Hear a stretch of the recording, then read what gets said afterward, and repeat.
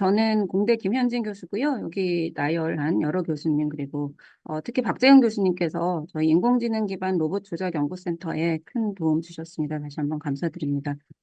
네, 저희 그 연구를 하게 된 배경은 그 AI 기술에 대한 뭐 발전은 저희가 말할 필요가 없을 정도인데 이제 로봇 관점에서 봤을 때는 모방학습이나 심층 강화학습 같은 알고리즘의 발전에도 불구하고 이제 시뮬레이션과 실제 로봇과의 차이라든가 동적인 환경에서 대응해야 되는 점 등등으로 인해서 여전히 로봇에 적용되고 있는 범위에 있어서는 좀 제한이 있다라는 것이었고요.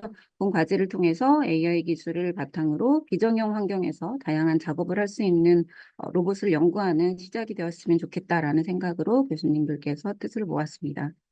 그래서 본 센터에서는 먼저 학습 기반 로봇 조작 기술, 그다음에 외부 환경의 변화를 인식하고 대응하는 부분, 그리고 로봇의 이제 새로운 하드웨어 기술을 접목해서 좀 성능을 개선해보는 그런 세 가지 분야로 나누어서 진행을 했습니다. 그래서 요 교수님들이 참여를 해주셨고요. 그리고 각각의 교수님들이 어떻게 그룹핑을 했는지는 여기에 간단히 나열을 했는데요.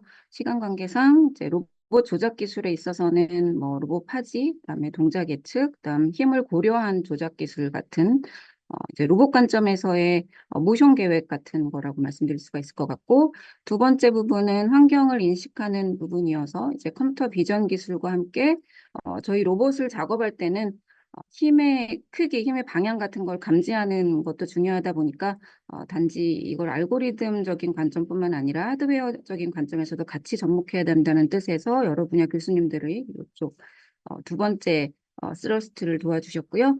그다음 마지막으로 하드웨어 부분에 있어서는 박재영 교수님, 박용래 교수님 등등 실제 로봇 구동 장치 그리고 센서 등을 개발하시는 분들이 도와주셨습니다. 그래서 먼저 학습 기반 로봇 조작 기술에 있어서는 보통 지금까지의 기술은 이제 그냥 제일 파지가 성공할 가능성이 높은 위치만을 했었는데 이번 과제를 통해서 그 순간만이 아니라 그 다음에 이어지는 작업까지 고려해서 적절한 위치를 찾는 걸 해본다든가 그다음에 LLM을 대부분 이제 로봇의 임무를 계획하는 약간 윗단으로 활용을 하는데 그거를 이제 말단 장치하고 연결할 수 있는 방법이 없을지 고민을 해보았고요.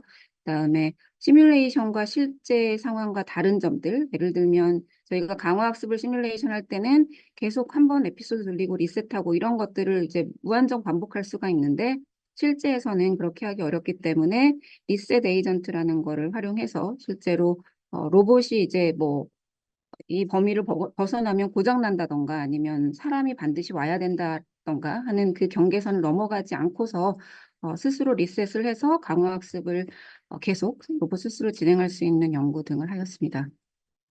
두 번째 환경 인식 부분에 있어서는 투명한 물체도 잘 인식하는 기법, 그다음에 드릴 같은 작업에 있어서는 힘 정보 감지가 필수적인데 이때 이제 옵틱스 쪽 기술을 접목해서 힘을 정확하게 감지하는 부분, 그리고 동적 환경에서 이제 잘 모르는 물체를 다룰 때 어떻게 할지 등등에 관한 연구를 진행하였습니다.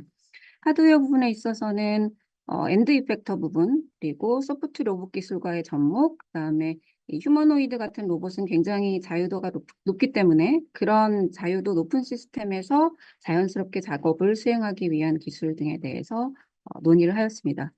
연구 성과로 말씀드릴 거는 두 번째 환경 인식 부분이 먼저 될 것 같은데요.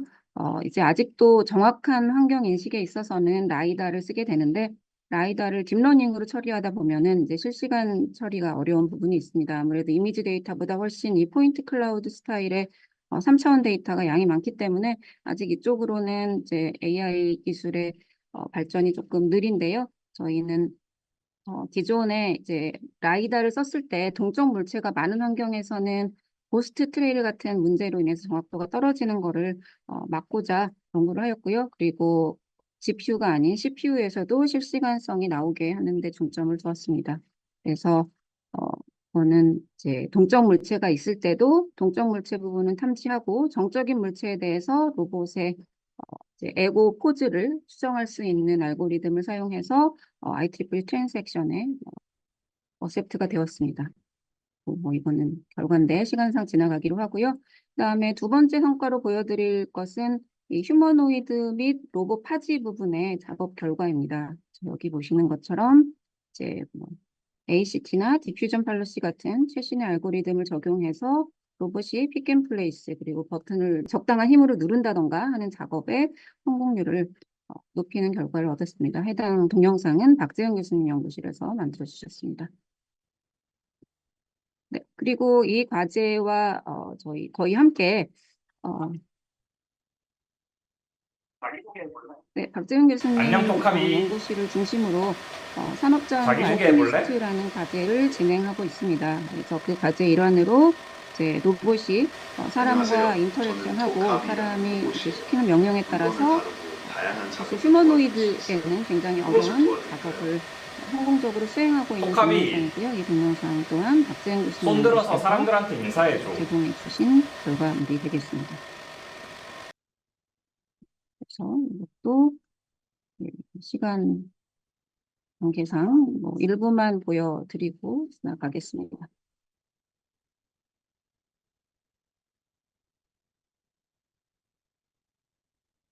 그래서 뭐 아직 이제 이렇게 로봇과의 인터랙션 시간 같은 게 이제 조금 더 줄어야 되긴 합니다만 아직 휴머노이드 쪽에서는 이렇게 정말 의미 있는 동작을 하는 예제가 많지 않기 때문에 저희가 이 센터 그리고 알케미스트 과제를 통해서 지속적으로 이 휴머노이드 조작 기술을 향상시켜 나가고자 합니다.